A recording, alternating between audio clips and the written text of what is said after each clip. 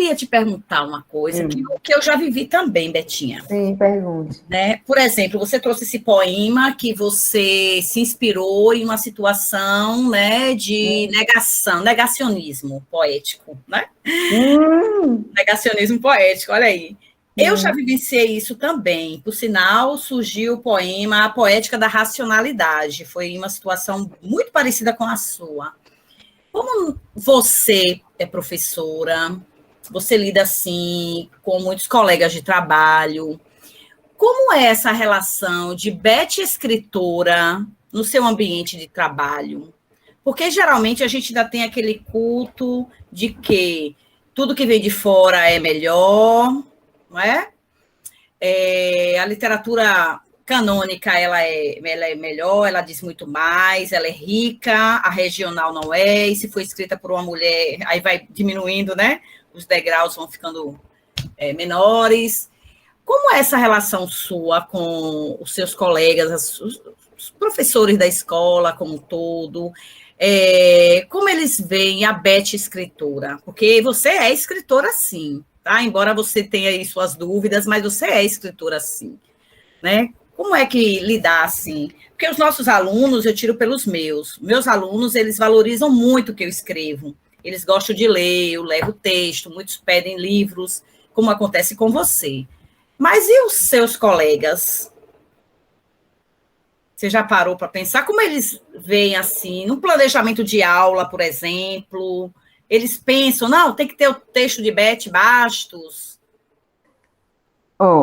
Eu vivi várias experiências, né, nesse formato, né, nesse ano passado, eu tive colegas que pediram autorização para usar alguns textos meus no Instagram, valorizando. Eu tenho colegas que me seguem, que leiam. Eu tenho colegas que leem alguns escritos meus, mandam críticas, sugestões, eu acho ótimo, por sinal. Tenho aqueles que não estão nem aí com o que Beth faz, não valorizam. Então, geralmente, a esses eu nem compartilho meus livros, também não me incomoda. Eu aproveito quem valoriza, quem fortalece, né, a rede. Tem outros que gostam, elogiam, comentam dentro da própria escola, valorizam. Tem várias ações. Esses que ignoram, Cláudia, eu acho que perpassam por várias questões. Passam por diminuir mesmo a questão do trabalho poético, literário, não valorizam mesmo. Eu acho que é mais também um problema pessoal, não diretamente a mim, né? Outros que estão mesmo no cansaço mesmo da docência e não vê esperança em nada. Você sabe que a pandemia disparou vários gatilhos nesse sentido, né? Acho também que aqueles que acreditam que é uma brincadeira, que eu não estou fazendo algo sério, que é uma distração. Tem isso, e tem aqueles que, infelizmente, eu vou usar uma palavra que eu nem gostaria, porque eu posso também estar me equivocando. Tem um sentido mesmo da inveja de ver o crescimento e a publicidade do colega por uma via que não é aquela meramente da escola, mas por ser um agente de letramento, por ser um agente de leitura. Quer dizer, eu participei de eventos com a galera, escritores negros do Brasil inteiro. Eu conheci Elizabeth Nascimento, que eu cito na minha dissertação, o maior encanto da minha vida. Eu nunca pensei em conhecer, eu conheci gente do Brasil inteiro. Já ouvi também e observe o que é sua veia, né? Você foge, veia poética, literária, o que for. Que eu sempre gostei da literatura das margens. Eu trabalhei com Sérgio Vaz, eu trabalhava com poetas de feira, você sabe, de outros lugares. Eu sempre busquei valorizar quem estava perto de mim e aqueles que eu achava que não eram tão valorizados. E um dia, ano passado, especificamente, porque quando eu trabalho também com currículo escolar de língua portuguesa, o currículo tem um território de disputa, né? E no campo mesmo da nossa área, tem aqueles que defendem só trabalhar com os cânones e tem aqueles que defendem trabalhar mais com a literatura próxima do estudante, né? A literatura marginal, a literatura nordestina, feirense, do lugar, enfim, mais regional. E tem aquele que sugere o diálogo entre as duas. Eu estou nesse lugar, no meio, entre as duas. Mas por eu sempre trabalhar em comunidades periféricas, eu parto do lugar periférico para chegar no cânone. Eu não faço o inverso. Eu não começo com o cânone para chegar no periférico, eu começo com o periférico, com o que está ali para chegar no cânone. E te digo que a minha experiência até hoje, não só porque eu estou escrevendo agora, é o que tem dado certo. E aí eu ouvi o ano passado de uma colega de letras que disse assim, Beth que defende sempre os autores, os poetas marginais, mas os poetas canônicos são geniais. Eu digo, sim, são geniais. Ela trouxe João Cabral de Melo Neto. Pense aí, eu digo, João Cabral, maravilhoso, né? Morte e Vida Severina, para mim, foi uma lição de vida. Toda vez que eu assisto aquele vídeo, eu choro no final, porque eu vejo o nascimento como esperança. Uma criança nasce, toda aquela tristeza vira esperança. João Cabral é freiriano é João Cabral, né? Olha o trocadilho com a pedagogia. Então, assim, eu ouvi aquilo e vi como uma alfinetada, Cláudia, eu nunca esqueci disso. Beth defende os periféricos, os autores periféricos não canônicos, mas os cânones são geniais. Eu não gostei daquela comparação. Eu acho que a gente não precisa comparar os não cânones com os cânones. Os cânones são cânones e ponto. Mas os não cânones também precisam ser valorizados e, quiçá, já não são cânones. A gente aqui não vai polemizar o conceito canônico. Eu estou vendo um risinho de Patrícia, estudante de letras, já deve ter ouvido tanto isso em teoria literária. Meu Deus! Valverde, um abraço, meu professor querido. Então, assim, esse era um debate que eu já tinha, observe, desde a academia, nas aulas com a Leilton, com Rosana, né, com o Valverde, que a gente conversava sobre isso. E olha que eu nem escolhi o caminho da literatura, viu, Patrícia e Cláudia? Eu sou da linguística aplicada, é assim que eu me chamo. Então, trabalho com práticas de ensino, com letramento, que entra aí o letramento literário. Então, assim, eu acho que a gente não precisa dessa comparação, não precisa comparar a Cláudia Gomes com Florbela Espanca, com Adélia Prado, com Cecília Meirelles, a não ser que eu encontre um poema de Cláudia que ela traga intertextualidade entre o poema de Cecília, mas Cláudia é Cláudia, Cecília é Cecília. Eu acho que a gente não precisa dessa polarização. Eu notei, inclusive, eu tenho até anotado aqui, uma colega disse, Beth, tu é a menina das ideias. Eu digo, ainda bem, o menina, ganhei o menina e o das ideias, melhor ainda.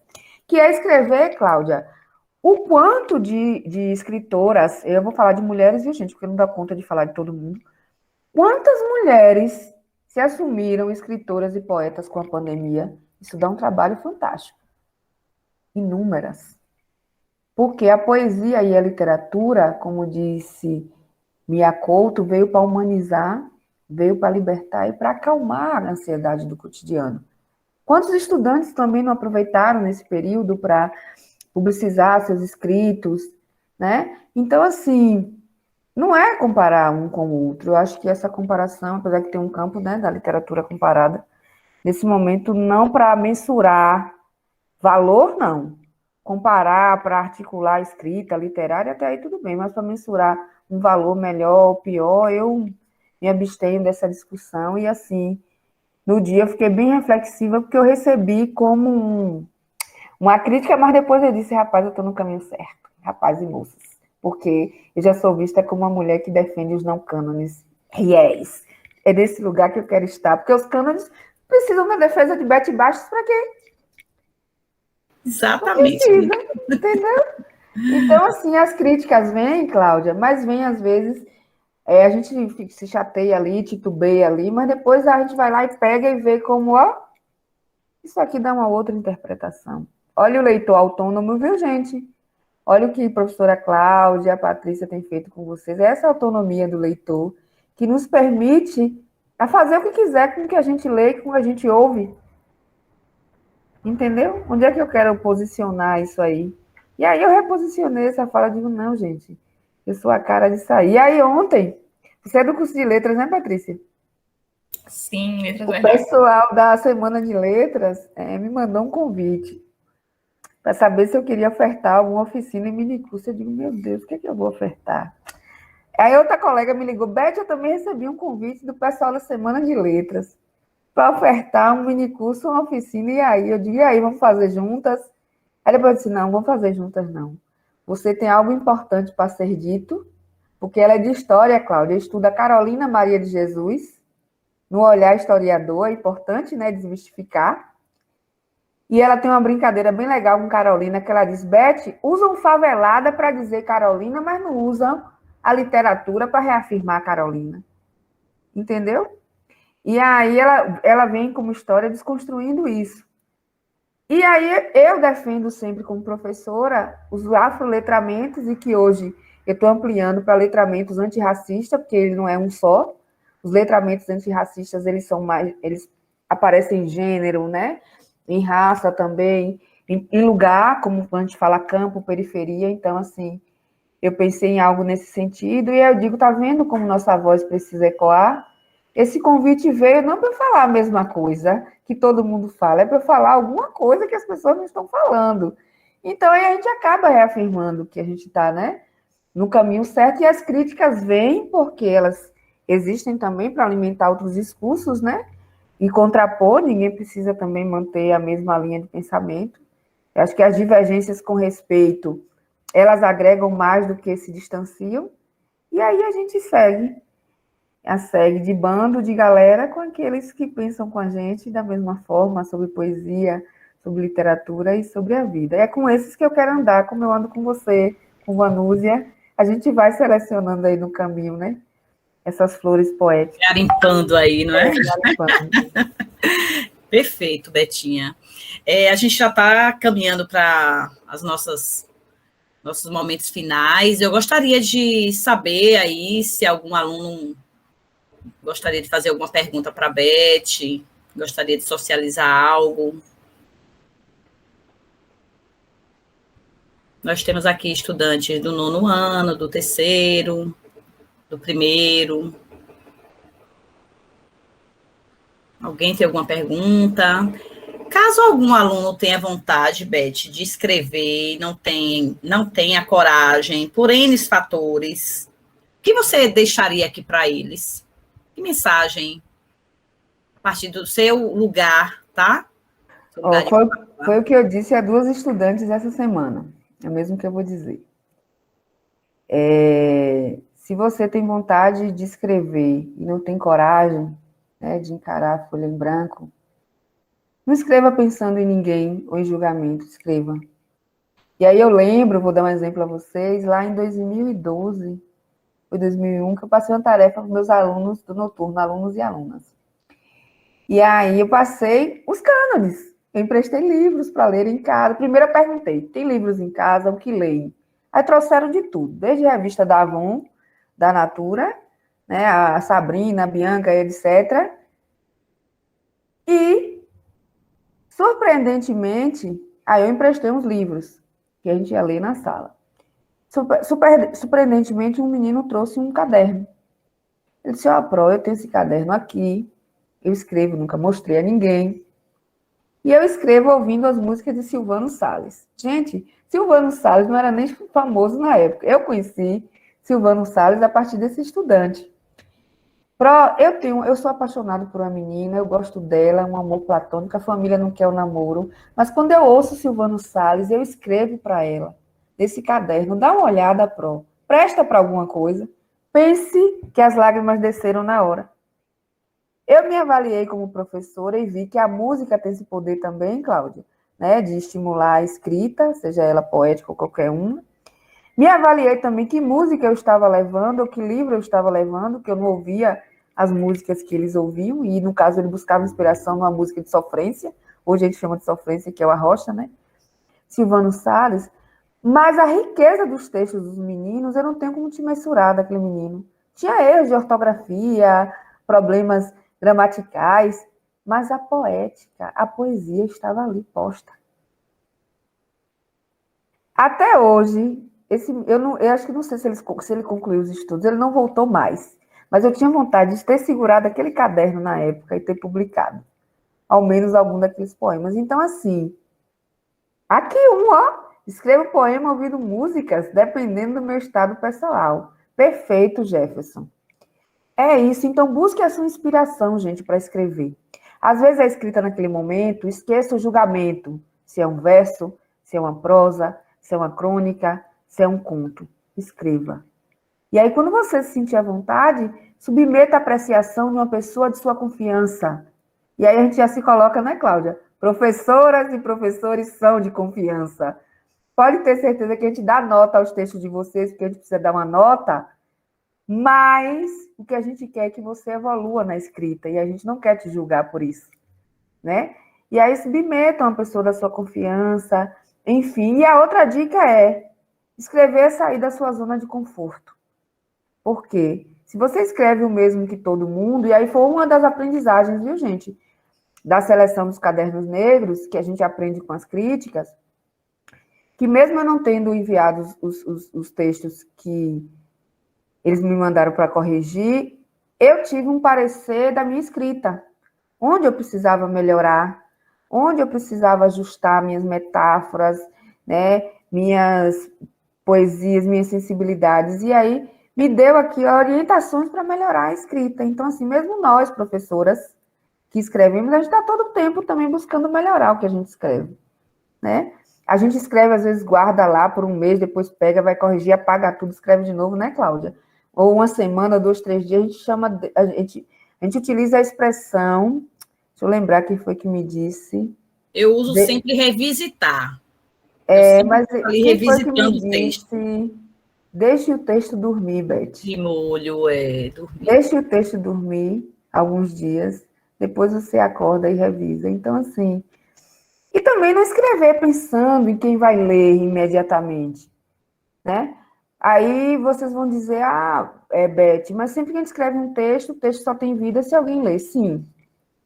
Mas ele só vai ler e você vai socializar para o leitor quando você quiser e você entender que precisa socializar, né? Mas eu estou querendo dizer que esse texto, inicialmente, você escreve sem uma preocupação. Depois você vem com um tratamento. Então, o tratamento estético, o tratamento ortográfico, gramatical, a revisão que é necessária em todo e qualquer texto. Então, estou querendo dizer que a escrita nem sempre vai ser aligerada, apressada. Ela vai ser sempre também inspiradora, no momento de inspiração, sim. Mas ela também é trabalho de produção, né? É trabalho de produção. Então, busque o que te inspira a escrever. Eu conheço pessoas que escrevem a partir de flores. Eu acabei de ler um poema, um texto aqui, um livro que está até na biblioteca das escolas do estado, viu, Cláudia e Ivanúzia? Municípios que tem também. Poemas simplistas, é porque está longe de mim aqui. E o poema é todo feito com animais, em homenagem a animais. Da lagarta à lagartixa, né? A tartaruga.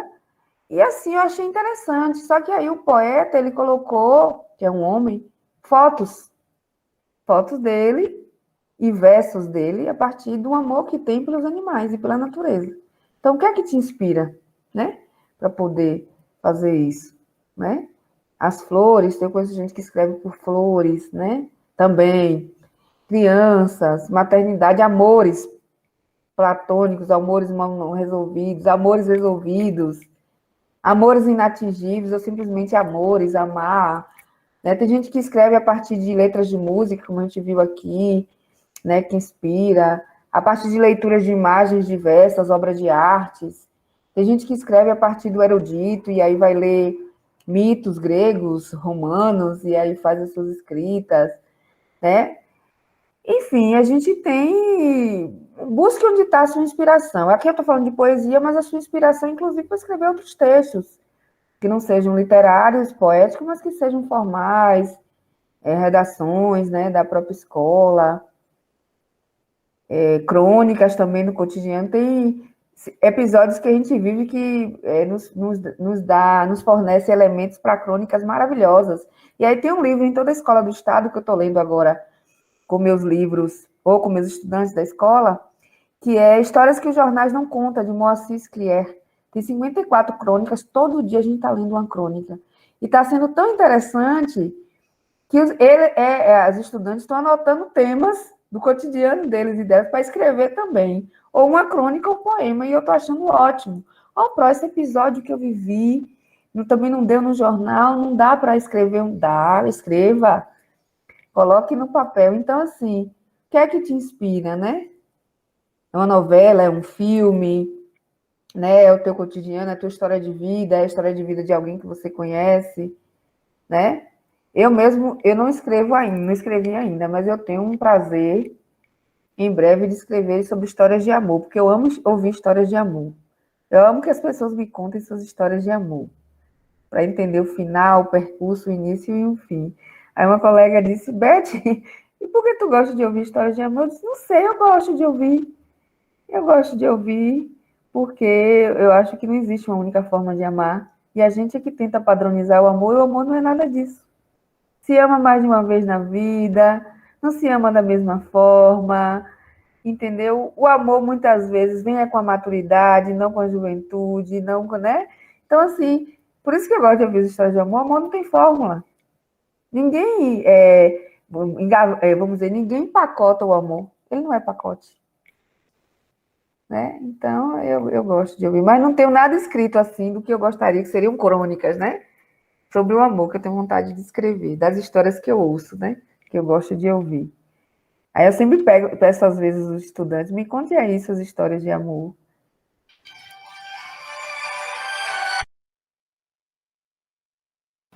Aí já dá um projeto maravilhoso, viu? Eu já visualizei aqui você com esse caderno de crônicas versando sobre o amor. Interessante. O amor está em tantas coisas, né?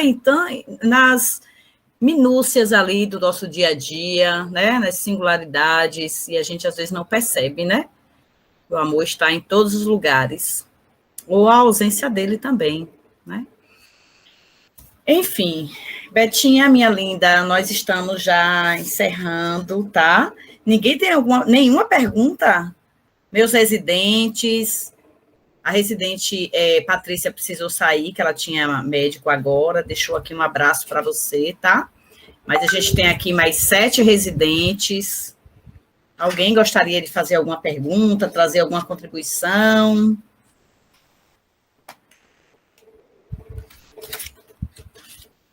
Não?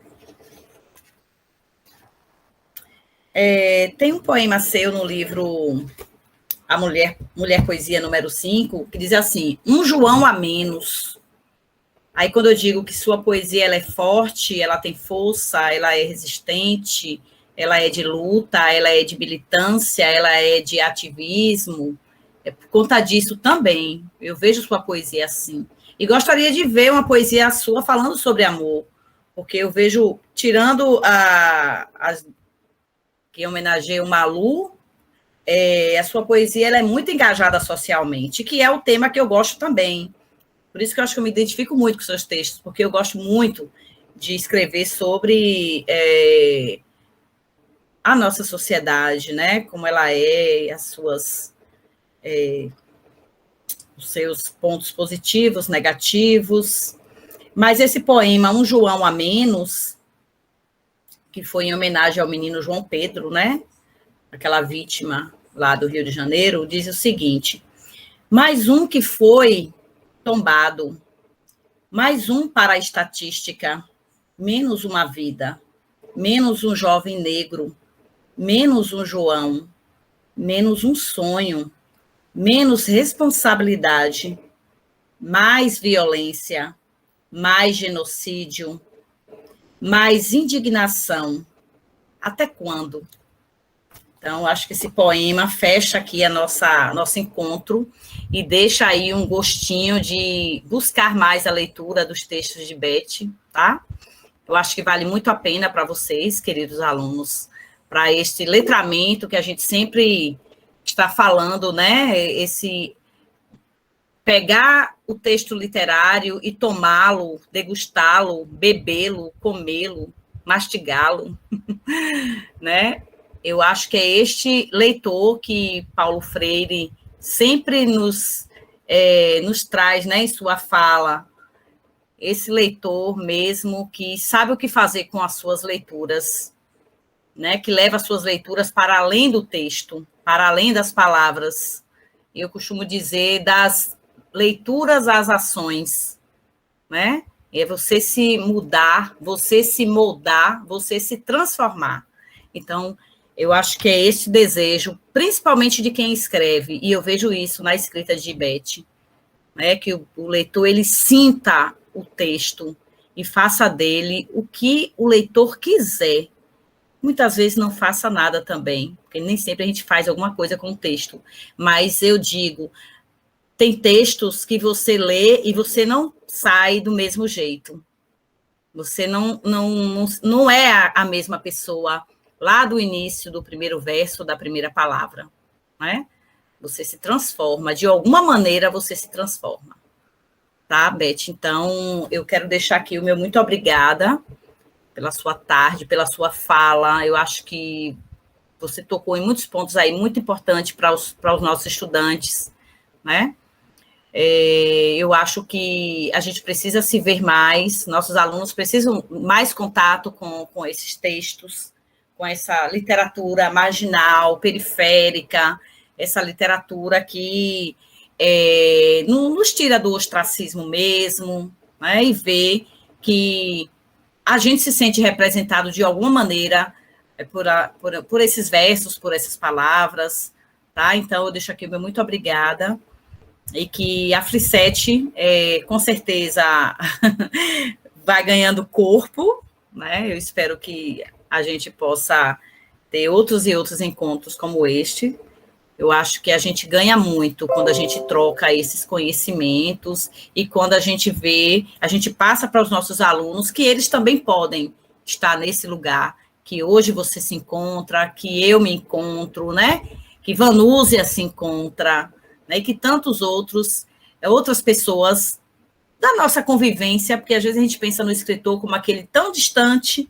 Por isso que eu acho que os cânones, eles precisam descer da sua torre de marfim, como Regina Dal Castanhe fala muito, né? Tirar essa literatura dessa torre de marfim e vai para o chão, vai para onde o povo está, né?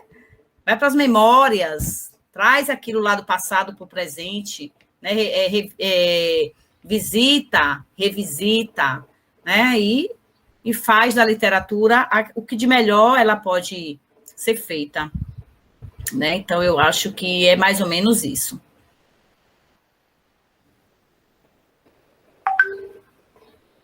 Obrigada, Cláudia. Eu estava procurando aqui um textinho sobre o amor. Está no livro, né? Eu procurei um aqui, mas que já está no livro, eu deletei daqui do celular. Eu vou ler um aqui que, só para a gente encerrar, né, da Tiago, estou recebendo um monte de ligação aqui. Acho que as pessoas estão querendo falar comigo, eu não atendi ninguém. O mar me inspira muito o amor, né? O amor, nesse momento eu vou falar de amor, de encontrar mesmo esse amor. Então, eu vejo muito amor no mar. Então, o mar me diz muito isso. Tem até um texto no Vidas Perfumadas que eu falo disso. Então, aqui tem um. No voo, encontro o canto do mar. Na cor da poesia, espanto a dor, no tom azul do mar. Com a flor das águas, pouso no amor do mar. Então, o mar para mim é pouso e o mar também é amor. O mar, amar, amor, amar. E já puxa em outro poema. Tem outro também aqui, mas eu acho que esse dá conta nesse momento. Lindo, verdade. O mar é amor. Perfeito. Então, meu muito obrigada, tá? Eu que agradeço a vocês, a você, Cláudia Vanúzia, pela presença dos demais estudantes. Eu espero que vocês, com essa agente de letramentos, né, e formadora de leitores, que é a professora Cláudia Gomes, vocês continuem escrevendo suas histórias em textos, ou imagens, como queiram, em músicas, né, Cláudia? Mas escrevam. Uhum. Principalmente, não deixem que o outro escreva a sua história. Escreva você. E a partir de você, o outro escreve sobre você. Acho que a gente precisa, né? Chega das pessoas pegarem a caneta e escrever por nós. Nós temos essa competência. Então, a minha resposta né? Eu comecei perguntando, eu, escritora? Sim. Escritora eu? Sim. E você também. Uhum. Não só eu. Né? Gente, um beijo, viu? Beijo, obrigada. Tudo de bom, saudações afroletradas para você. Para nós. Saudações poéticas. Muito obrigada, também. viu? Beijão. Beijo, fique com Deus.